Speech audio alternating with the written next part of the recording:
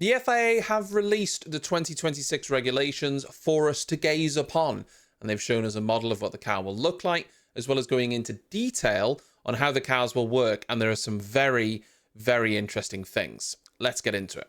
So the FIA's tagline for the 2026 regulations is lighter, safer, and more competitive.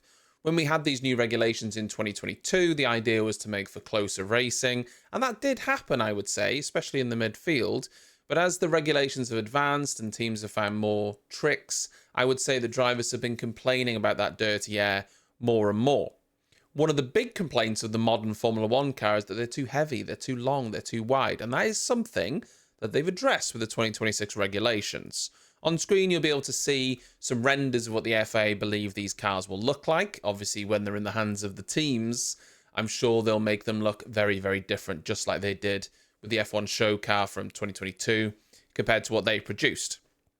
They're going to be shorter by 200 millimeters to begin with and narrower by 100 millimeters. Now, I appreciate that doesn't seem like a huge amount, but anything I think is good when it comes to these cars. We know that they're massive, they're huge, they're bulky, and they're heavy.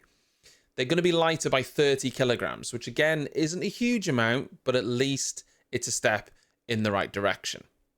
What you might notice is that the rear wing has gone back to a more squarish shape, much like we had 2018, 2019, and previous to that.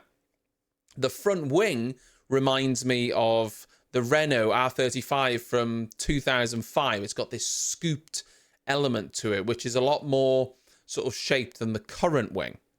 One thing they're trying to do with all of these little parts on the front wing end fences, on the rear, on the barge boards, inwash. What that means is they're trying to take all this air and they're trying to have it inwards of the car rather than outwards, affecting the cars behind. The diffusers at the back, they're going to be a little bit shorter.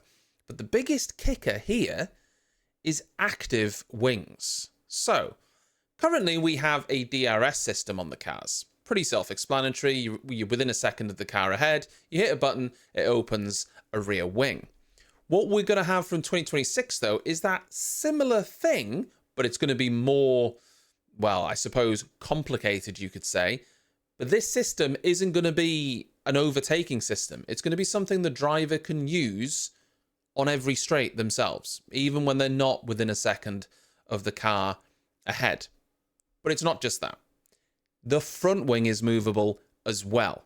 So the rear wing is going to be movable, and the front wing is going to match it when they're in that low drag mode. And that's kind of what they called it. Essentially, it's still going to be controlled by the driver. So think of it like a DRS system. When the DRS system, you're allowed to use it, the driver gets a little ping in their ear. It's going to be very similar to that. They're on a straight. They're now going to be able to enter low drag mode. The front wing will open, the flaps. The rear wing will open. They'll now enter Super Saiyan mode, and they'll be in low drag mode down the straight. When they get to the end of the straight and they hit the brakes, the wings will re-engage and go into higher downforce mode, or they can obviously press the button themselves as well. Apparently, something similar to this was tested, but only with the rear wings, and the drivers found them undrivable because the aero balance was so off, which is why they've gone to this front and rear wing concept. So, what you're thinking is, well, the DRS system gone, what system are we going to have in place to help cars behind overtake? Well, there is going to be something, but it's going to be based more around the battery. Cars behind are going to have an extra boost of ERS or energy to be able to get them past a car that they're passing. This will be a defined amount, essentially, but they haven't gone into too much detail about exactly how that's going to work. As well as this, we've got details that we already knew, which is about the MGU-H being removed. And essentially, the cars are going from 80% ICE to 20% electrical to almost 50-50. Give or take, it's going to be, the engine's going to be built up of essentially 50% ICE, 50% electrical regen. Engine power as well is now going to be got entirely from 100% sustainable fuels. They did admit that they got things wrong in 2022. It wasn't a perfect situation and perfect regulations, but ultimately they're trying to go for these nippier cars, lighter, smaller. Now, I'm all for that. I would have I would have liked it to have been more extreme, but I appreciate these are small steps. Ultimately, smaller cars, lighter cars, and closer racing is what we want. And hopefully, that's what we're going to get. In 2026, we're going to have Ford, who are working with Red Bull. We're going to have Audi, Mercedes, Ferrari, Renault.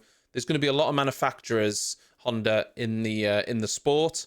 And whoever gets those engine regulations right, they could be the ones leading the way. Anyway, that's just a quick update on the brand new regulations released today. I'm looking forward to the Canadian Grand Prix this weekend. If you did enjoy this video, like and subscribe. I'll see you next time.